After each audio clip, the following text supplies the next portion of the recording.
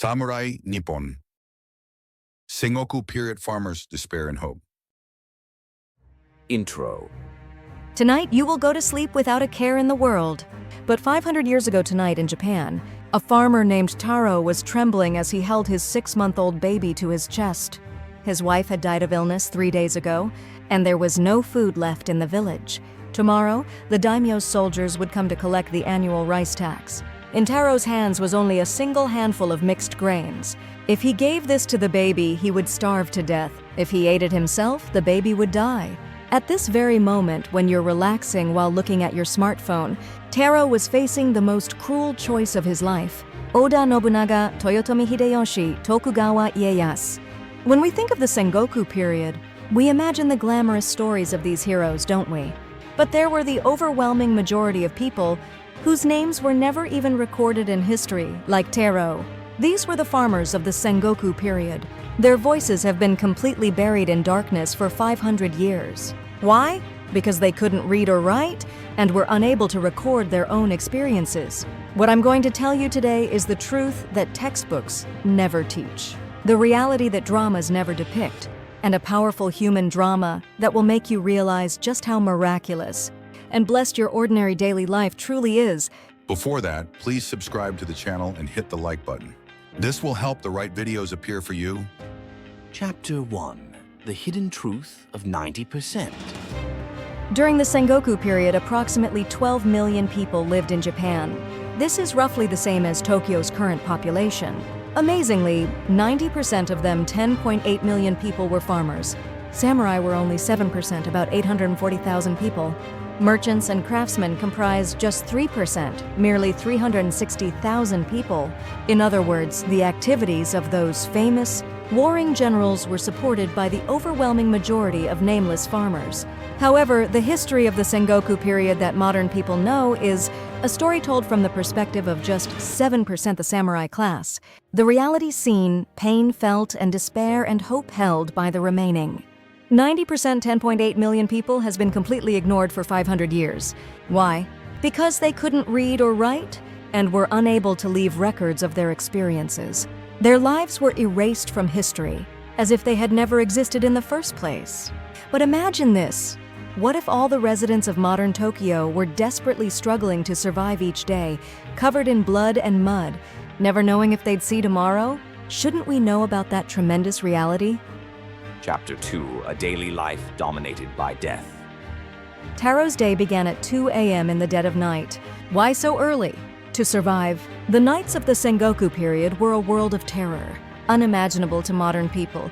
On moonless nights, the village was enveloped in complete darkness. In a world without electricity or candles, Taro could only rely on the faint light of the hearth. Even that fire carried the danger of revealing their location to enemies. Taro held the baby to his chest and listened carefully. The sound of wind, the rustling of leaves, the distant cries of beasts, everything sounded like enemy footsteps. Farmers from neighboring villages might attack in search of food. Fallen samurai might appear to plunder. Bandits might creep through the darkness. Taro's hand always gripped the handle of his sickle, as the last weapon to protect his family. At 2 a.m., Taro quietly stood up. Holding his breath to avoid waking the baby, he added wood to the hearth. The crackling sound echoed in the darkness. This fire wasn't just for light. When enemies attacked, he would swing burning logs as weapons. And in the worst case, it was his last resort to burn down the house, so enemies would have nothing left to take. Taro's hands shook as he got dressed. Was it from fear, cold, or hunger? Even Taro himself no longer knew. When washing his face with water, Taro finished quickly. Vulnerable moments meant death. Cold water trickled down his cheeks, but even that was precious.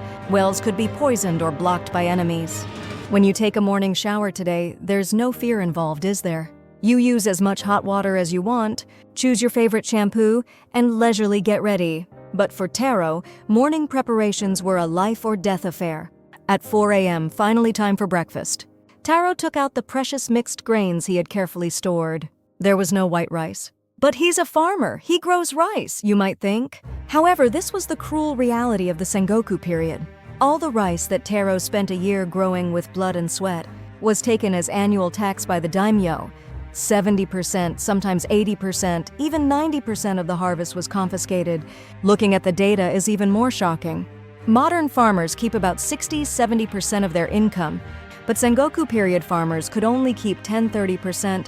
In other words, they lived on about 1/3 the income of modern farmers. Imagine this: if your annual income is 3 million yen and 2.4 million yen is taken away as taxes, and your entire family must live on the remaining 600,000 yen. For a whole year, Taro could only eat mixed grains like millet, foxtail millet, and buckwheat. These grains that modern people treasure as health foods were life and death staples for farmers of that time, and even those weren't sufficient. Taro stared at the handful of mixed grains, calculating how to spend the day. 2 teaspoons for breakfast, 2 teaspoons for lunch, and nothing until tomorrow morning. This was Taro's luxurious meal plan. In 2 days, Taro consumed the calories that we modern people eat in 1 slice of breakfast bread. Even when bad weather reduced harvests, even when warfare destroyed fields, the daimyo would mercilessly come to collect taxes. This year's harvest was poor. My wife died. My baby is sick. No pleas were heard. When the amount was insufficient, they had to hand over even next year's seed rice. Having seed rice taken meant being unable to plant crops the following year. In other words, it meant certain starvation the next year. Taro brought the mixed grains to his mouth with trembling hands. With each chew, there was a gritty sound. It was the sound of sand and small stones mixed in with the grains. But Taro ate even those without leaving anything. He couldn't waste a single grain. Chapter 3: The Battlefield, Hell, and a Ray of Hope. At 6 a.m., Taro headed to the fields, the beginning of physical labor so harsh that modern people couldn't imagine it. There were no machines, no tractors or cultivators. Taro's only weapon was a handmade hoe. Under the blazing sun, Taro continued, planting rice with his back bent at 90 degrees. Blood blisters formed on his hands, burst, and bled. Sharp pain shot through his back, sometimes making it impossible to stand up. His feet were covered in mud, and leeches sucked his blood until he lost feeling. Still, he couldn't stop. If he slacked off even a little, that year's harvest would decrease, and the baby would starve to death. He worked on rainy days. He worked when thunder roared. He worked in 40-degree heat, because the rice wouldn't wait for Taro's convenience. Taro's daily work was 14 hours, about twice that of modern times, and 14-hour workdays continued 365 days a year. Even more terror struck such a Taro war. One day, a daimyo's messenger came to the village. "Send 20 able-bodied men by tomorrow. They're going to the battlefield." Taro had no choice. If he refused, the entire village would be punished and everyone killed. Taro replaced his sickle with a spear with trembling hands. The moment farming tools became weapons. On the battlefield, farmers like Taro were placed on the front lines. Their role was to serve as shields for the samurai, receiving enemy arrows, being pierced by enemy spears, and cut by enemy swords. Statistically, the death rate of farmers conscripted to battlefields was about 30–40%. In other words, 3–4 out of 10 people didn't come back. The most dangerous occupations today have death rates below 1%, so this was 40 times more dangerous. A farmer beside Taro was shot through by an enemy arrow and fell. "To my wife, to my children," he said as he died. Taro could only move forward, trembling. Many farmers lost their lives there, leaving behind wives, leaving behind children, leaving behind elderly parents. Families of farmers who died in battle received no compensation. Wives who lost husbands had to cultivate fields alone, pay taxes, and raise children. In most cases, this was impossible. So why did Taro go to the battlefield? Because the battlefield was the only chance to escape the hellish rural life. In Sengoku period villages, about 10–15% of farmers starved to death every year. In other words, even if Taro stayed in the village, the probability of starving to death within 5 to 7 years was very high, but the battlefield offered hope. First, there was the possibility of looting enemy food supplies. If he could steal 1 bag of enemy provisions on the battlefield, it would be equivalent to 3 months' worth of food for Taro's family. Furthermore, if he could miraculously take an enemy general's head, there was a possibility of being promoted to samurai status, rising from farmer to samurai. This was like someone with an annual income of 2 million yen, suddenly earning 20 million yen. Die or hit the jackpot. For Taro, who had nothing to lose, this was the ultimate life or death gamble. wait for starvation, or bet on hope while prepared for death in battle? Taro chose the latter. Chapter 4. Farmer, Warriors, and Lost Humanity. Actually, the modern image of farmers as weak and submissive is completely wrong. Farmers of the Sengoku period like Taro had robust physiques forged by daily heavy labor, a life of swinging hoes from morning to night. Carrying 100-kilogram rice bags and pulling cattle and horses was physical conditioning so harsh that even modern bodybuilders couldn't endure it. Comparing scientific data, Sengoku period farmers had about 1.5 times the muscle mass of modern people and about twice the grip strength. This was combat-ready muscle, created by daily heavy labor. And when Taro and others took up arms and rose up, their power made even daimyo tremble peasant uprisings. Sengoku period uprisings weren't the weak farmers' protest activities that modern people imagine. They were full-scale wars where thousands, sometimes tens of thousands of farmers united with weapons and fought daimyo armies head-on. In the 1485 Yamashiro province uprising, about 100,000 farmers rose up. This was about 3 times the population of Kyoto at the time. They completely defeated the guardian daimyo Hatakeyama's forces and drove the daimyo from his castle, and the farmers ruled the province for 8 years. In the 1580 Kaga-Iko uprising, farmers effectively governed the province for about 100 years. Called a province held by peasants, this system completely eliminated samurai rule, a rare example of farmer self-governance in world history. Even usually submissive farmers like Taro, when pushed beyond their limits, transformed into terrifying warriors who could frighten any authority. However, Taro's daily life had constraints unimaginable to modern people. After finishing a day of harsh labor, Taro returned home at sunset. If you were a modern person, you'd enjoy dinner, watch TV, and have family time. But Taro wasn't allowed such luxuries. First, there was no dinner. Sengoku period farmers ate only 2 meals a day, morning and noon only. At night, they had to immediately go to sleep to prepare for the next day's harsh labor. For us today, dinner might be the greatest pleasure of the day. Choosing favorite dishes, enjoying conversation with family, finishing with dessert. Even such small happiness was an unreachable dream for Taro. Going out at night was also strictly prohibited. By village law, going out after sunset was punishable by death. This rule served crime prevention purposes, but there was another important reason.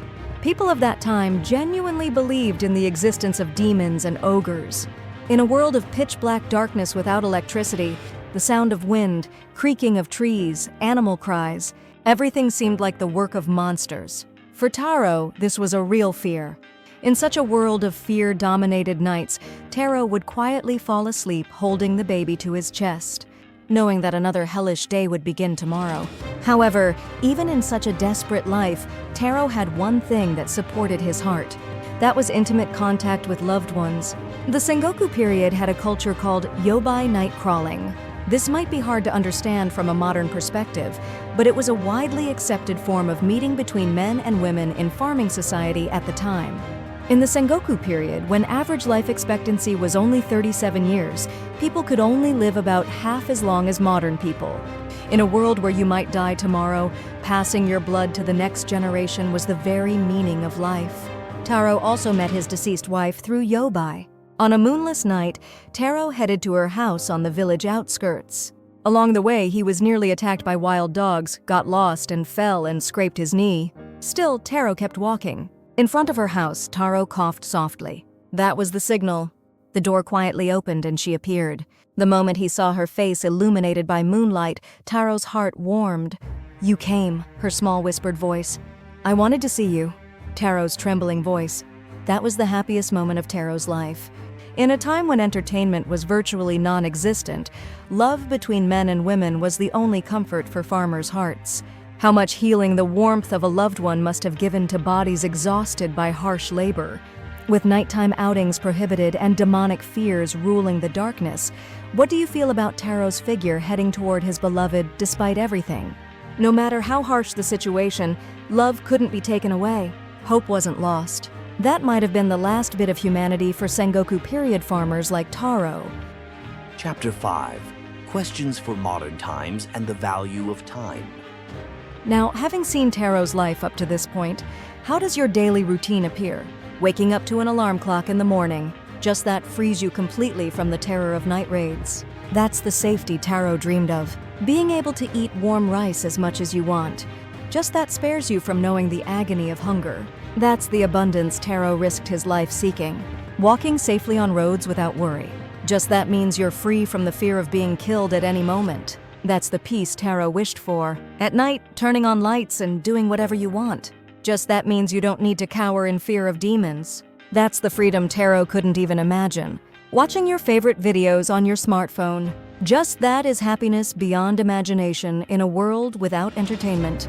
That's the joy Taro never knew. All of these were unreachable miracles for Taro. The life you take for granted is exactly the heaven-like existence he never even dreamed of. Let's compare with numbers. Food. Taro about 800 calories per day, bare survival. Modern people about 2,000 calories per day, 2.5 times Taro's. Work hours. Taro 14 hours a day, 0 days off per week. Modern people 8 hours a day, 2 days off per week, less than half of Taro's average lifespan. Taro's era 37 years. Modern 84 years, 2.3 times Taro's. Literacy rate. Taro's era about 5%. Modern 99%, 20 times Taro's era. Medical access. Taro's era, none. Modern universal health insurance, infinite difference. Taro was always next to death. There was no guarantee that tomorrow would come. He might be killed in war. He might die of disease. He might die of starvation. That's exactly why Taro lived each day to the fullest. There wasn't a single second to waste. We modern people are given the long time of 84 years average lifespan. That's 2.3 times Taro's life. But are we really using that blessed time carefully? Let's look at statistics. Modern people average per day 3 hours looking at smartphones, 2 hours watching TV, 1 hour on social media. Total 6 hours spent just because. Taro's 37-year lifespan converts to about 324,000 hours. If modern people continue spending 6 hours just because every day, in 54 years that becomes about 118,000 hours.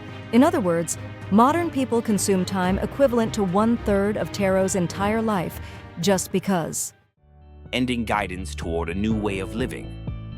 What we should learn from Taro is the strength of never giving up hope even in desperate situations, the kindness of trying to protect loved ones until the very end, and the sincere attitude of trying to live life to the fullest within limited time. Starting today, won't you try living each day preciously like Taro?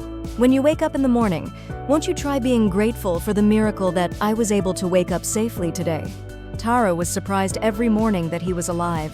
When eating meals, won't you try savoring the abundance that there's so much food? Taro didn't waste a single grain of rice. When spending time with family and friends, won't you try feeling the treasure that loved ones are healthy and nearby? Taro lost his wife to illness and painfully realized this value. When something difficult happens at work, won't you try feeling relieved that there's no worry about being conscripted to battlefields? Taro was forced into both farm work and war. When feeling down about small worries, won't you try noticing that there's no fear of possibly dying tomorrow? Every day was life or death for Taro. The Sengoku period farmers like Taro, whose names were never known, never recorded in history, who just silently survived. Their souls speak to you across 500 years. You have achieved the peace we dreamed of. You have realized the abundance we wished for. You have obtained the safety we sought. So please never waste that blessed life. I risked my life to protect a baby. You have many times more time than I did. With that time, please fulfill the dreams I couldn't. Please see the scenery I couldn't see. Please fully taste the happiness I couldn't experience. But I have one request. Please don't forget about us. The tomorrow we desperately tried to protect is your today. Did Taro's voice reach your heart? What the Sengoku period farmers taught us is how precious even the smallest happiness is, and the importance of living each day with full effort because life is limited. Your life is exactly the future Taro dreamed of. Please live that life with pride, with gratitude, and with care. Today will never return. Let's live through today with all our might, like Taro. And let's make the tomorrow that Taro couldn't have into something wonderful with your own hands. Taro's story has ended, but your story continues. Please make that story a beautiful one that would make Taro proud. Thank you. If this video could bring new perspective and deep gratitude to your life, there would be no greater happiness. Please share your thoughts in the comments. Thank you for watching until the end. Please subscribe to the channel and give us a like.